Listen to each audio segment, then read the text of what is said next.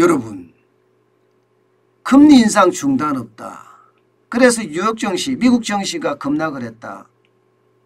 이것은 어제 오늘의 일이 아니죠. 지금 뭐 거의 몇 달 동안 주식이 올라갔다가 내려갔다가 그 변동폭이 장난이 아닙니다.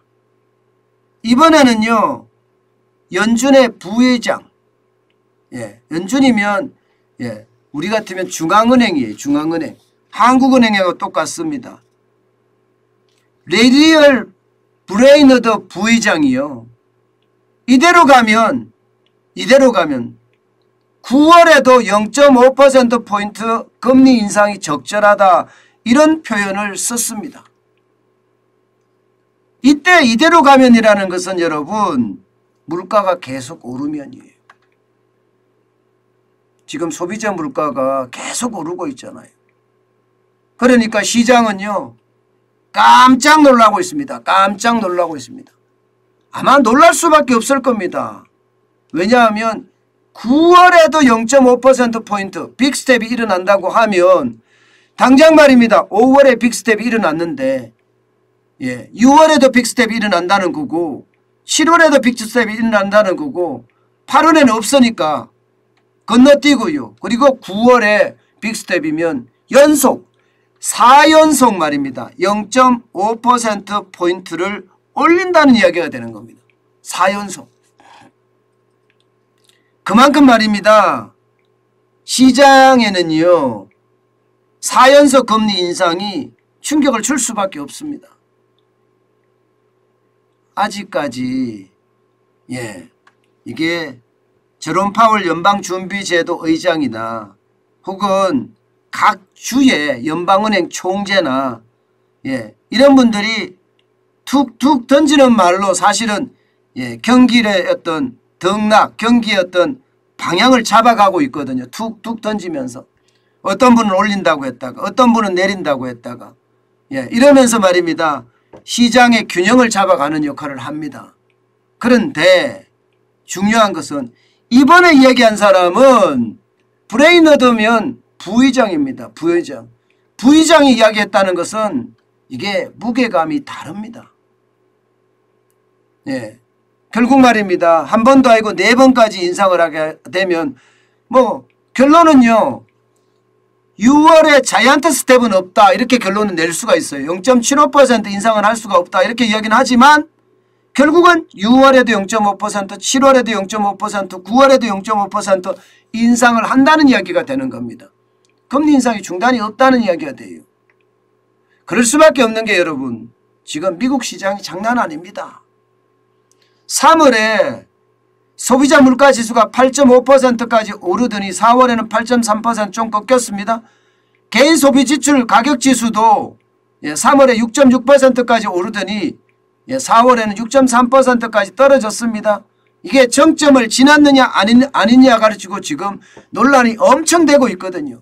정점을 지났으면 이제 물가는 잡아간다. 그러면 금리는 지금보다가 좀 적게 쭉쭉 올린다, 이렇게 될 수 있는 거잖아요.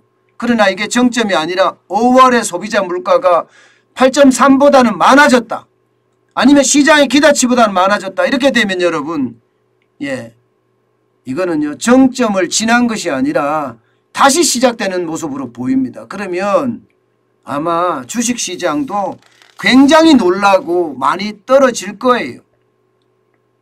혹자는요, 미국의 주식시장에 거품이 너무 많다, 이런 이야기 하잖아요. 그러니까 거품이 많으니까 변동폭도 큰 겁니다.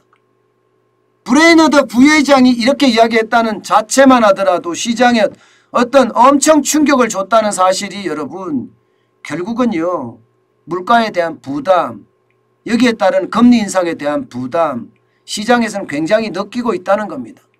여러분 보세요. 다우산업지수가 1.05% 떨어졌습니다. 348.58이 빠졌습니다. 32,899.70으로 마감했어요. 그러나 기술주 중심으로 보면 더 심각합니다. 나스닥은 기술주 중심이잖아요. 2.47% 급락했습니다. 304.17이 빠졌고요. 예, 이게 12,000이 깨질 뻔 봤어요. 한때는 12,000 깨졌었어요. 12,012.73으로 마감을 했습니다. 그러니까 시장에 대한 충격은 굉장히 크다고 봐야 되죠. 거기다가 변동성도 장난 아니라고 봐야 되죠. 저는 이런 시장의 상황을 보면서 말입니다. 아마 앞으로도 이 변동성 장세는 계속 갈 거다 이렇게 보이고요. 변동성 장세가 계속 가면서 시장에 대한 어떤 불안은 점점 저는 커질 거라고 봅니다.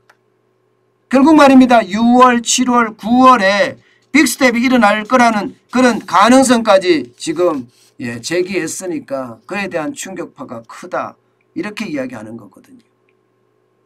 여러분, 비농업 일자리 수가 5월에 39만 개가 증가했다고 좋아할 일이 아니라는 거예요. 결국 말입니다. 비농업 일자리가 39만 개가 좋아지면 문제는요, 여러분. 임금 인플레이션으로도 발전될 수 있다는 것. 그게 오히려 시장에는요, 오히려 더 충격을 주고 있다. 이렇게 이야기합니다.